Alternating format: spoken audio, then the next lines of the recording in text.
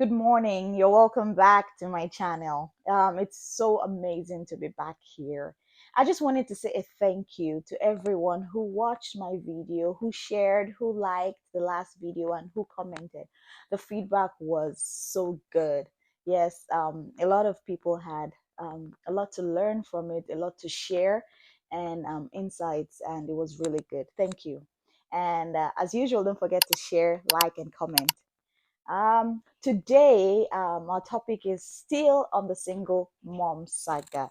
Yeah, we're going to be dealing with all those intricacies and all those myths and judgments and stories and stereotypes and those things that hang around the single mom.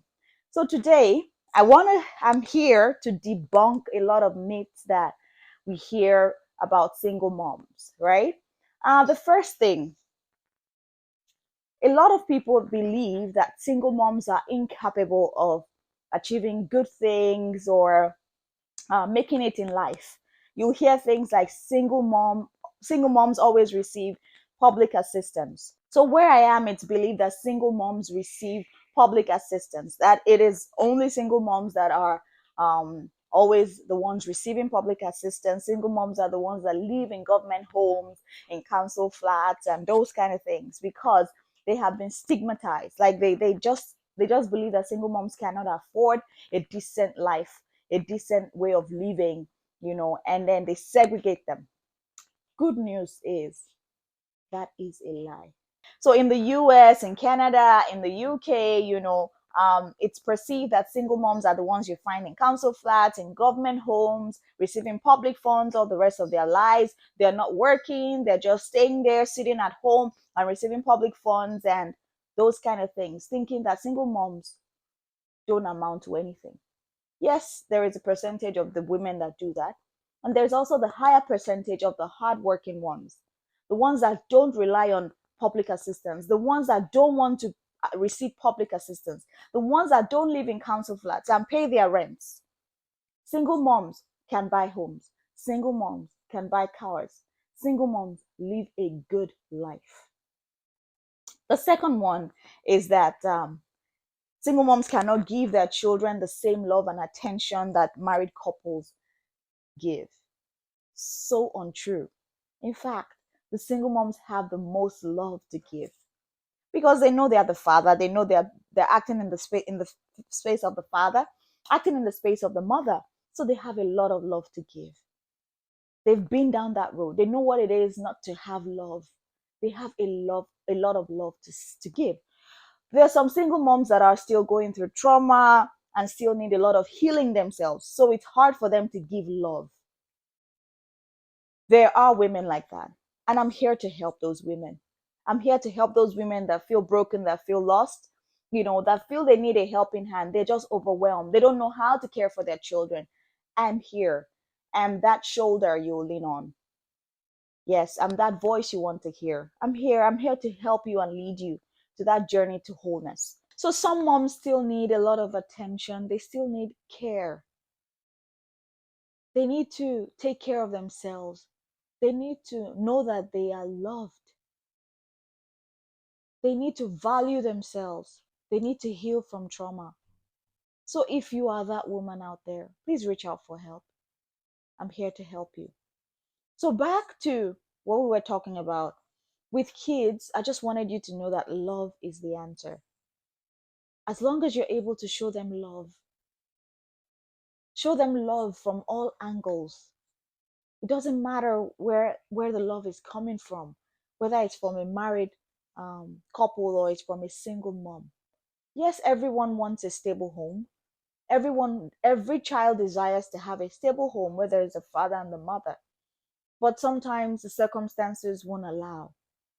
And you find that people have this mentality. They say things like, oh, a child that grows from a broken home is often broken. There is that percentage.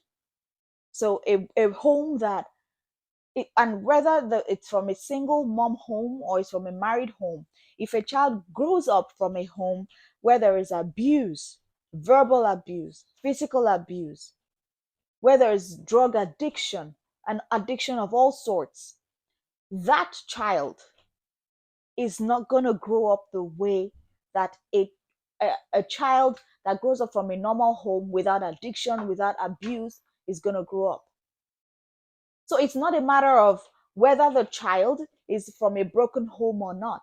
It's the question is that child growing in a healthy home? There are married couples that abuse their children. There are single moms that abuse their children. But the most important thing is that that child grows up in a healthy home, a home filled with love. So if you're out there and you need to fix yourself, please go fix yourself. Fix that addiction. Care for yourself. Get some healing so that the child that you bring to this world and eventually to the society is a child that comes from a healthy home. So that child will know how to give love. That child will know how to accept love. That child will not validate abuse because that's what the child has seen all his life. That child will not go out looking for love in the wrong places. You owe it to your child, you owe it to your children to bring up healthy children in a healthy home. The third myth I'm going to debunk here is that single moms cannot own a home. So the government sometimes requests that before you own a home, there has to be two people that bring in the funds. Well, there are women out there. There are single moms out there. And there is that minority of those that can afford a home. But there is that percentage of those that can afford a home, even without the help of anyone. So let's reconstruct our mindset. Another one we hear is that single moms cannot save for retirement or kids' college. They are busy trying to make ends meet. So it's hard for them to save any money. That's not true. Everyone goes through issues in their lives, everyone goes through financial challenges in their lives, one time or the other. But to stigmatize a single mom and say that all the rest of her life she's going to struggle, she's going to be unable to save up for retirement or a kid's college because she's busy trying to make ends meet, that is incorrect. And that is something that needs to be corrected. We have people from married homes that are struggling even with the two incomes coming in to make ends meet. So if we can support each other in any way, let us support each other and stop judging. Another myth we hear is that single moms have less time for their children. So whether you're married, whether you're single, children need love. There is that, there are those women, those single moms that just take out time. They think of themselves alone. They take out time, go have fun. They go out with friends. They drop their kids off at their friends' place or their parents' places. And, they're not really concerned about whether that child is doing well, whether the child is receiving the love that they can get, because to them, they're still healing, because they are still broken. So a broken person cannot give love. So when a woman is still in need of healing, you'd find that she can't take care of her children.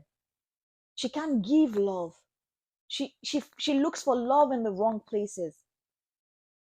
So that woman that has less time for her children is that woman that still needs healing.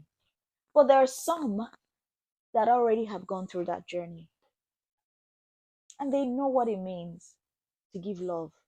They know what it means to receive love. They know what it means not to have that love that you need. So they are the ones that will give all their heart and their love to their children. So most single moms, before they get a job, before they live in certain homes, they always consider their children. A single mom, before she travels or takes vacation, she will consider her children. So in everything that she does, her children, the health and the well-being of her children, it's paramount to her. So who else can show more love if it's not that single mom? And I'm not undermining the percentage of women that don't even have time for their children. So another myth I'm going to be debunking is that single moms are easy. So this came about because of women and single moms that have really offered themselves easy. So some of them they've had so much heartbreak. They've had so much broken relationships and friendships that they believe that they are not cut out for anything good. So because of that repeated heartbreak and broken relationship, they just think, what's the point? I'm just going to enjoy myself and offer myself to anyone that is willing to give me love. So they don't believe that true and pure love is possible. True and pure love. And there's also that part of when you're broken, you attract broken people. So whatever it is, that whatever energy you emit is what attracts others to you. So if you emit confidence, if you emit love, pureness, holiness, righteousness, the kind of people that would come to you are good people. So broken people attract broken people. We need to understand that whatever energy that you want to come towards you is what you emit.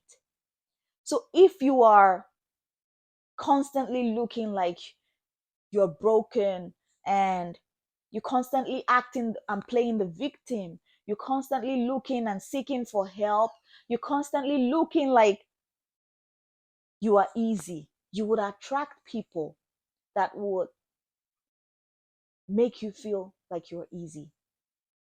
So, in essence, what I'm trying to say is if you value yourself, if you value what you carry, if you value your body, if you value your temple as a house of God, you will not let anyone just touch you and mess you around.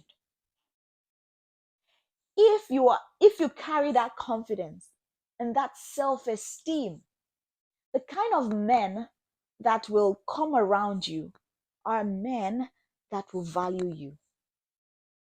But if you see yourself as easy, if you see yourself as you're amounting to nothing, if you see yourself that like anything comes, I'll take anything, then the men that will come towards you are men that are looking for anything. So if you're out there, Sharon, I want you to listen to me. You are a prized jewel. You are wonderfully made. You are fearfully made. You are unique. You are beautiful. Do not let Bill play with you. You deserve love. You deserve kindness. You deserve respect. Your body should be respected. Yes. So I want you to go back and build that confidence, that self esteem. Just try it out. 1 day or 2 days. Go around with all the confidence that you can gather. And don't just allow any man into your heart, into your life. Show them that you're a respectable person and see how things are going to turn around for you. Yeah. So sometimes single moms are looking for companionship. They're looking for love because they just really want someone to be there, to care for them, and you can't, and sometimes they find themselves in the wrong hands, in the wrong relationships. And you find that when they're not satisfied, they jump to the other person, they move to the other person. They're not doing this because they're loose, they're doing this because they need companionship. So single moms are not easy, but they need love. But they also need to understand that they need to respect themselves to be respected. They need to love themselves to be loved. They need to show confidence for people to show them goodness. Single moms out there, it's a learning. Yes, single moms are not so easy, but they just want love. Another myth that I'm going to debunk, and the final one, is that single moms are single moms because they couldn't stay in their homes. They couldn't stay with a husband. Not all of these things are true. There's some of the women that couldn't stay in their homes and they decided they wanted to leave. But there's also that higher percentage that circumstances led to where they are today. It's either their husband asked them to leave the homes, or um, tides changed, and things got bad, things got sour in the house, and they had to leave the house. So for some women, it's either you leave, especially women that are going through abuse, physical abuse. There is also verbal abuse. There is psychological abuse. That one is tough. So sometimes you think it's only physical abuse that is the big deal, but then the psychological one, the mental one, the one that tortures your brain, the one that makes you feel like committing suicide, that one is deep. So some women go through those things and they have to choose. It's either life or death. It's either you stay in here or you run for your life. Why then will you judge such a woman that left her home? She's not going to go out to everyone and play victim and say, I left my home because my husband was killing me. I left my home because my husband was about to kill me. I left my home. She's not going to tell her story to everyone. She's concentrating on building herself, on rebuilding herself. So some women play the victim, yes, but some don't. So don't judge that woman and say that she's single because she couldn't make her marriage work. Give her the love, show her respect. If you're out there and you know a single mom, she's your colleague, she's a friend at school, she's a friend of your friend, she's your sister's friend, show her some love, show her some respect and kindness, and we'll be changing the world one life at a time. We'll be decreasing the amount of women that desire to be single moms. We will be changing the mindset of our men if we're able to adjust all these lies and myths. So, Joshua, those things that you were told from when you were young about single moms, no, go restructure your mind, go reconstruct your mind. Most of them are not true. Single moms out there, I just wanted to let you know I love you and I'm here for you all the time. Next week, we're going to be talking about, we're still going to be on the topic of single mom saga, but this time it's going to be very interesting. I want you to look ahead, anticipate. I would love that you like this video, share and comment. Let's know what you think. Share your thoughts. Are there other myths that you hear about single women and you'd like to share? Sorry, about single moms that you'd like to share. Please share with me. But for now, those were the ones that I got from research and just experience. So subscribe to my channel and I will see you next week. Take care. Bye bye.